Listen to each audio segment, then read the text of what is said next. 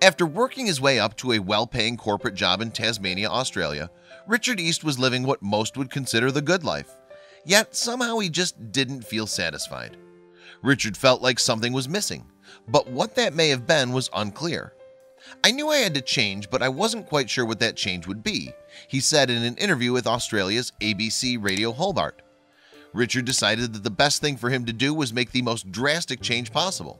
He quit his job, sold his house and most of his material possessions, and mobilized his daily life by moving into a customized van. The idea of simply riding off into the sunset on a whim might have sounded too good to be true in the real world, but Richard knew he could make it work. Plus, he had a wonderful traveling companion, his black rescue cat, Willow. After all, Richard wasn't the only one who seemed like he needed to make a change. "I vowed to look after her for the rest of her days," Richard explained of his decision to take Willow along for the ride. At that point, Richard still wasn't entirely sure where his life would take him next. "At the time I was making that commitment to her, I didn't realize what my future plans were," he said. Soon he discovered their future had quite a lot in store.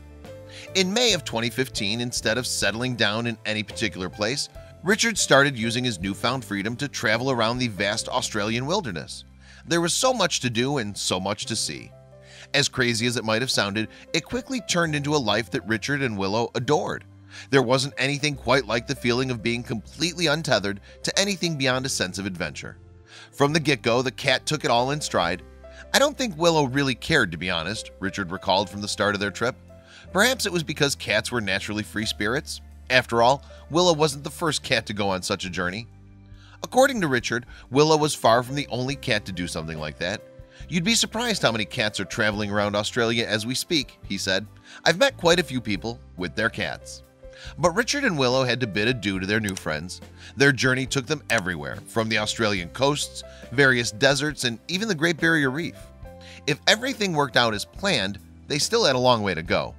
That was because from the beginning, Richard knew he was in it for the long haul. "In the back of my mind, I sort of knew it would be long-term," he explained. "I'm talking 10 years. Richard didn't completely cut himself off from society, however. He shared his journey with the world through his website and Instagram pages, and he even visited his friends and family back in Tasmania for Christmas. However, even those closest to Richard didn't always understand his unconventional lifestyle. "When I booked my ticket back on the Spirit of Tasmania, they thought that's it. I'd settle back into a house and get a job," he said. But Richard didn't plan on cutting his expedition short anytime soon just to regain a sense of stability. "I sold my house. I won't be getting my job back," he insisted. "I'm happy with what I'm doing." That wasn't to say that Richard didn't get lonely and homesick every now and then. He sometimes missed certain luxuries like an oven, but he still felt everything he needed was in his van, thanks to Willow.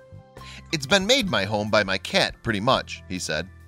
With Richard's increased online visibility, he did face some criticism for the unconventional life he gave Willow, and he was sympathetic to these concerns. "I think it's justified, but they have to understand that she's supervised 24/7, he explained. Richard gave Willow a great deal of freedom, but that didn't mean he wasn't careful. "When she goes out, she's 50% of the time off the leash, but she has a tracking collar, so if she decides to wander off, I can nab her in 10 seconds, he said.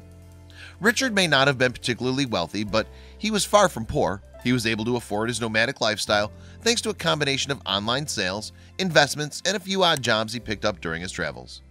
Richard also saved a remarkable amount simply by not being tied down to any single place. When you don't have a mortgage or the council rates and all your bills, you can live really simply, he advised. Talk about the good life. While it's not necessarily advisable that everybody takes the same path that Richard did, it's certainly admirable that he's living so well on so little. Hopefully he'll be able to see his decade-long journey through to the end. To follow more of his and Willow's journeys, head over to their Instagram page.